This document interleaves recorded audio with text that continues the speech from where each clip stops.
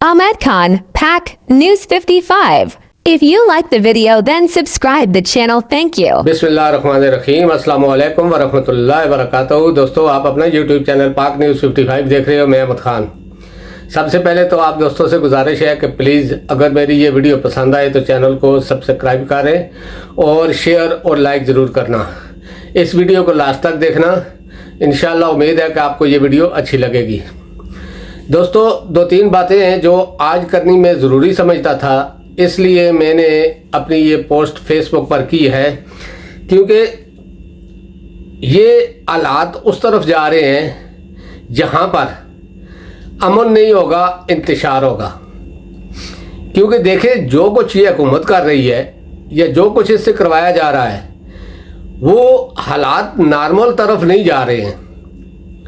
पाकिस्तान में अब हालात एक किस्म के कशीदा होने की तरफ जा रहे हैं। चोरियां, डकैतियां, बुरे काम होने की तरफ पाकिस्तान इस वक्त गामज़न है। वजह यही है जो ये हुकूमत कर रही है, क्योंकि हर आदमी की आमदन जो है वो तकरीबन 100 में से 25% है, लेकिन अखराजात जो है 100% है। और हम लोग बहुत आसानी से कह देते हैं कि आपके जितने अखराजात हैं आप उतना खर्चा करें, लेकिन क्या ये पॉसिबल है? एक आदमी की आमदन जो है वो 25 रुपये है और उसका खर्चा अगर 50 रुपये है तो वो कितना कंट्रोल करेगा? लेकिन वो खर्चा वो नहीं कि वो याशिया कर रहा है, यानी कि एक टाइम का खाना, सिर्फ एक टाइम का खाना, कोई याशी नहीं, कोई कपड़े नहीं, कोई स्कूल फीस नहीं, सिर्फ एक टाइम का खाना भी इस वक्त इस हुकूमत के दौर में पूरा करना बहुत मुश्किल है। उसकी वजह यह है कि जो कुछ इन्होंने कर दिया है या जो कुछ ये करने जा रहे हैं या जो कुछ ये आइंदा का सोच रहे हैं, वो पाकिस्तानियों के लिए बहुत मुश्किल हालात पैदा होने जा रहे हैं। मैं हुकूमत को मोर्द इल्ज़ाम ठहराता हूँ, लेकिन साथ में अपने उन इज़्ज़तदार अदारों को भी इस चीज़ का इल्ज़ाम दूंगा, क्योंकि अगर वो इनको सपोर्ट न करते इस तरह के कामों में, ठीक है हुकूमत को सपोर्ट करें, हम ये नहीं कहते, लेकिन इस तरह के कामों में जो सपोर्ट है ना, वो इनको बिल्कुल शेर बना रही है। पाकिस्तानी अवाम पाकिस्तान की अवाम है, ये कोई इंडिया, बांग्लादेश, श्रीलंका से नहीं आई हुई जिनके ऊपर ये लोग जुल्म कर रहे हैं। क्योंकि अगर अवाम खामोश है तो इसका ये मतलब नहीं कि ये जो दिल करे वो करते रहें। अभी आप सोचें, एक रात में इन्होंने क्या जुल्म डाल दिया। एक रात में लोगों की जो बचत है सारी इन्होंने छीन ली, और ये जो इजाफा हुआ है, इस इजाफे का फायदा किसको जाएगा? पाकिस्तान को तो नहीं जा रहा। हम जानते हैं कि ये हुकूमत जाते जाते ऐसा काम कर रही है कि जिससे इसको इस 8-10 दिनों में जितना भी फायदा हो सकता है वो हो। ये अपने आने वाले इलेक्शन के लिए पैसा जमा कर रहे हैं और इरादे इनके ठीक नहीं लगते, क्योंकि वज़ीर-ए-आज़म ऐसी बंगियां मार रहे हैं, आप यकीन करो, ऐसी ऐसी कहानियां सुनाता है वो, और ख़ुद से ही उसके अपने ख़ास लोगों को भी नहीं पता होता और ख़ुद से कहानी क्रिएट करके सुना देता है, और उसको खुद भी नहीं पता होता बाद में वो क्या बोला है उसने। अब इलेक्शन जब उसको पक्का नज़र आ गया कि इलेक्शन में हमें जाना पड़ेगा और जाने के साथ ही हमें बाहर भी जाना पड़ेगा, ये भी 100% पता है नून लीग को, क्योंकि इस वक्त जो पोजीशन है, नंबर 1 पे तहरीक इंसाफ है और नंबर 2 पे पीपल पार्टी है। इनको अपनी कोई जगह नजर नहीं आ रही, इसलिए ये बोंगिया मार रहा है कि हम इलेक्शन करवाएंगे लेकिन नई मर्दशुमारी पे, यानी कि इस किस्म के ये बातें शुरू की कर दी हैं इसने। लेकिन क्या ये बात अवाम को मंजूर है? क्या अवाम इसी तरह सर झुका कर इनकी बातें भी सुनते रहेंगे और इनकी हर चीज़ को तस्लीम भी कर लेंगे? पहले तो जो हुआ पंजाब और खैबर पख्तूनख्वा में, चलो कोई बात नहीं, लेकिन अब पूरे पाकिस्तान का मसला है, ये कोई एक दो सूबों का मसला नहीं है। पहले भी इन्होंने तौहीन अदालत भी की और आइन को भी तोड़ा, आइन तो रहा ही नहीं, आइन तो ख़त्म हो गया है। अब ये दोबारा वही करने जा रहे हैं, यानी कि अपनी मर्जी का निगरान वज़ीर-ए-आज़म लाएंगे उसके बाद उससे 6-7 महीने या 1 साल तक हुकूमत कराएंगे और अपने जो खांचे माचे जो भी खाली थे, थोड़े बहुत जो हुए थे इमरान खान के दौर में, इनका कोई बैंक बैलेंस कम हुआ था, उसको भरने की कोशिश करेंगे। क्योंकि लग ऐसा ही रहा है। उसकी वजह यह है कि एक रात में 1 लीटर पेट्रोल पर अगर 19 रुपये 95 पैसे और डीजल पर 19 रुपये 90 पैसे और LNG पर 30 रुपये 85 पैसे इजाफा कर दिया जाए, वो भी ये इस वज़ीर-ए-आज़म की मेहरबानी है पाकिस्तानियों पर। पाकिस्तानियों, आप शुक्राने के नफल अदा करो, वरना ओगरा ने तो 20 रुपये पेट्रोल पर सबरी भेजी थी। वज़ीर-ए-आज़म ने कहा कि नहीं, ये जुल्म है आवाम पर, 5 पैसे तो उनके पास बचने दो, उनकी जेब में 5 पैसे तो रहने दो। क्या पाकिस्तान इस तरह चलेगा? क्या आप गरीब लोगों से पैसा निकाल के अपने घर पूरे करोगे तो क्या वो लोग खामोश रहेंगे? नौबत यहां तक आ गई है, मुझे कहते हुए भी शर्म आ रहा है कि आप यकीन करो कि मुझे एक चीज नजर आ रही है कि पाकिस्तान में सारे गलत काम होने शुरू हो जाएंगे। कुछ तो पहले भी हो रहे थे और हो जाएंगे। जो बावलपुर यूनिवर्सिटी का केस आपको सामने पता है, उस पर भी देख लो। ताकतवर के लिए कोई कानून नहीं है, लेकिन गरीब लोगों के लिए हर कानून है। एक रेहड़ी वाले को लेकर 5 लाख रुपए जुर्माना किया जा सकता है, लेकिन ताकतवर जो दिल करता है करता रहे, पाकिस्तान में उसको कोई पूछने वाला नहीं है। एक गरीब रेहड़ीबान, उसको 5 लाख का जुर्माना किया जा सकता है, साथ में 3 महीने की सजा। तो जो लोग फाशी फैला रहे थे, पाकिस्तान को पूरी दुनिया में बदनाम कर रहे थे, उनका कुछ नहीं हो रहा है। और दूसरी साइड में देखो, एक जज के घर में एक मासूम बच्ची काम करने वाली की क्या हालत की गई है कि दिल कांप उठता है जब उसकी स्टोरी सुनता हूं मैं तो। लेकिन जज को कोई परवाह नहीं, ना उसकी बीवी को। हालांकि जज खुद कहता है कि उसकी बीवी थोड़ी पागल है। अब आप सोचो, उस बच्ची के सर में तो मैंने सुना है कि कीड़े भी पड़े हुए थे, और जज की बीवी क्या कह रही है कि नहीं, मैं इसको अपनी बेटी की तरह समझती थी। फिर अब मैं बता दो ना पाकिस्तानियों को कि उसके साथ किसने ये सलूक किया। वो गरीब थी। क्या गरीब होना जुर्म है? क्या गरीब होना पाकिस्तान में गुनाह है? क्या पाकिस्तान में गरीब होना कोई बहुत बड़ा एक गलत काम है? अगर आप ही लोग हो पाकिस्तान के वारिस, तो सबको इकट्ठा करो और धकेल दो समुद्र में। एक्सक्यूज मी, मैं अपने आधारों से भी पूछता हूं कि क्या आप पाकिस्तानी अवाम में से नहीं है? क्या आपका काम नहीं है कि जो ये हुकूमत गलत काम करे इसको रोको? आप इसको सपोर्ट न करो तो ये हुकूमत कभी भी ऐसे काम नहीं कर सकती। जो भी ताकतवर अदारे हैं, जो भी, चाहे वो अदलिया है, एस्टेब्लिशमेंट है, मिलिट्री एस्टेब्लिशमेंट है या कोई और, क्या उसका हक नहीं बनता कि पाकिस्तानियों के लिए भी कुछ सोचे? या सिर्फ इन चंद लोगों के लिए सोचेंगे जिन्होंने पहले भी 30-40 साल पाकिस्तान को खाया? अब फिर उनका यही नहीं, और आने वाला वक्त भी वो यही सोच रहे हैं कि आने वाले वक्त में भी हम होंगे। या तो फिर ये सीधा सीधा बोल दें कि जो पाकिस्तानी तरीक इंसाफ के साथ है उनको निकाल कर हम अपने लोगों को, फिर भी ठीक है, अपने लोगों को सपोर्ट दो तो सही किसी को। कुछ अरसा पहले तक इनका वो पैड मीडिया, जो पटवारी जिस तरह हड्डी ऐसे लटकाते हैं ना, तो भौंकता था कि रूस से तेल का एक जहाज आ गया, फिर दूसरा जहाज आ गया, तीसरा रास्ते में है, अब सस्ता तेल मिलेगा। चलो, वो मीडिया जो एक वक्त टमाटर का रेट ऊंचा होने पर शोर करता था, अब कहां सोया हुआ है? दिल तो मेरा वो करता है कि मैं वो बातें बोलूं, लेकिन दिल नहीं करता, क्योंकि मेरी वीडियो को कुछ ऐसे लोग भी देखेंगे जो मेरे अपने रिलेशन में होंगे, इसलिए। लेकिन क्या उनकी जुबान बंद हो गई है? क्या वो बेजमीर हो गए हैं?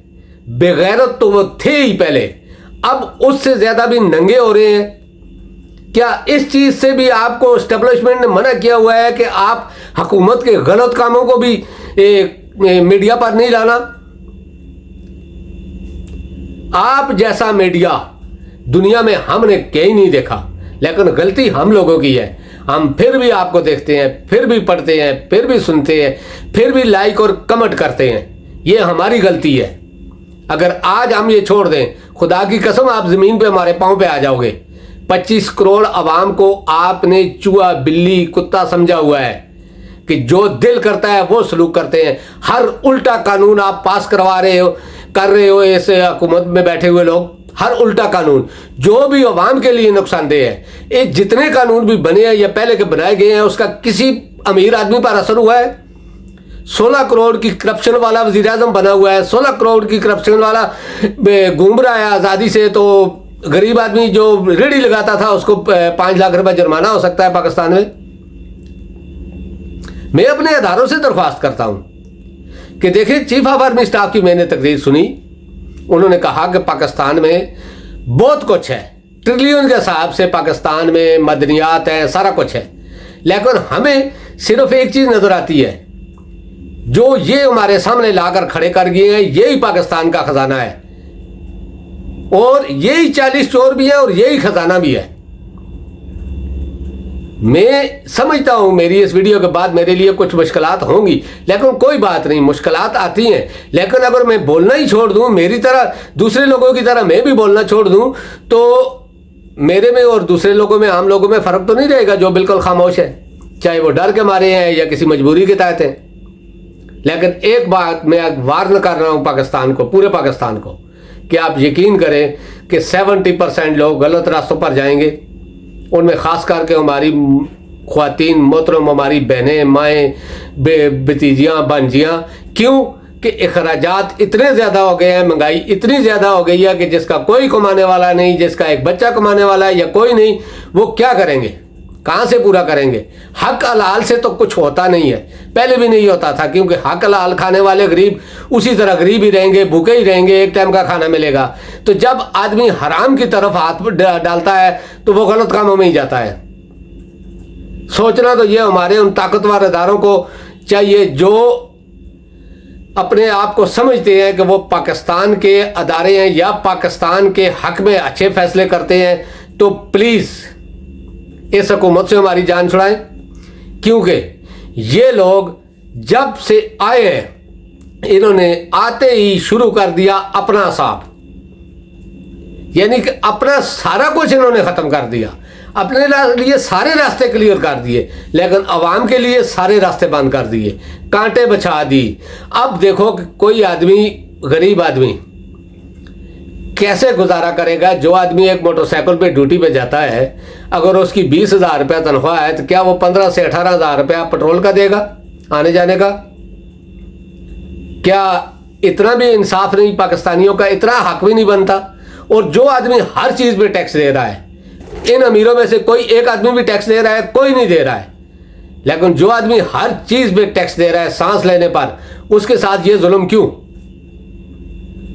अगर किसी के पास जवाब हो तो माजरत के साथ मैं अपने अदारों से भी ये पूछता हूँ, और ख़ास करके अदलिया से, कि अदलिया अगर इनको सपोर्ट न करती, इस्टेब्लिशमेंट तो करती ही है, अदलिया न करती, तो ये अब तक जेल में होते, क्योंकि इन्होंने तो इन्हें अदालत भी की थी, इन्होंने आइन को भी तोड़ा था। लेकिन हमारी अदलिया भी वही है, जिस तरह अवाम है इस तरह अदलिया भी है। जैसे अवाम सर के ऊपर ऐसे सराहना रख के सोई हुई है, ऐसे अदलिया भी सोई हुई है। एक तरफ एक शख्स है, देखिए मैं सियासी बात नहीं करना चाहता था, लेकिन मेरे सामने आ गई है बात कि तोशाखाना केस में एक शख्स को आपने टारगेट बनाया, 90% लोग उस शख्स के साथ हैं, यानी कि आपने 90% को टारगेट बनाया, टारगेट भी गलत तरीके से बनाया। आखिर क्या हुआ? एक आदमी, मैंने पहले ही अपनी कितने भी लोग में ये बात कही थी कि जब भी आप किसी आदमी के गर्दन पे पांव रखोगे और दबाते जाओगे, जब उसका सांस बंद होगा तो वो चलाएगा। यही बात इमरान खान साहब कल मजबूर होके उस ब्रिगेडियर जो था उसका नाम लेना पड़ा, वरना इमरान खान ने आज तक कभी इस तरह की बात नहीं की, लेकिन लेना पड़ा। अब आप साबित करें कि वो जो अभी शायद हो सकता है कि मेजर जनरल है, तो उनका जवाब कौन देगा? जिन्होंने जो गढ़ी थी या जो बेची या जो वही लोग थे, इमरान खान ने कल जो कुछ तोशाखाना का केस जज के सामने खोला, जज का तो मुंह बंद हो गया, क्योंकि वो तो पहले का ही बकाऊ था। और उसने जब देखा कि एक आदमी उठ के खुद खड़ा हो गया है और वो हर चीज़ में यानी ऑनेस्ट है, उसके दिल में कोई डर नहीं, चोरी नहीं, तो उसने सामने सामने इमरान खान ने जो उसको जवाब दिया, जज की तो बोलती बंद हो गई थी।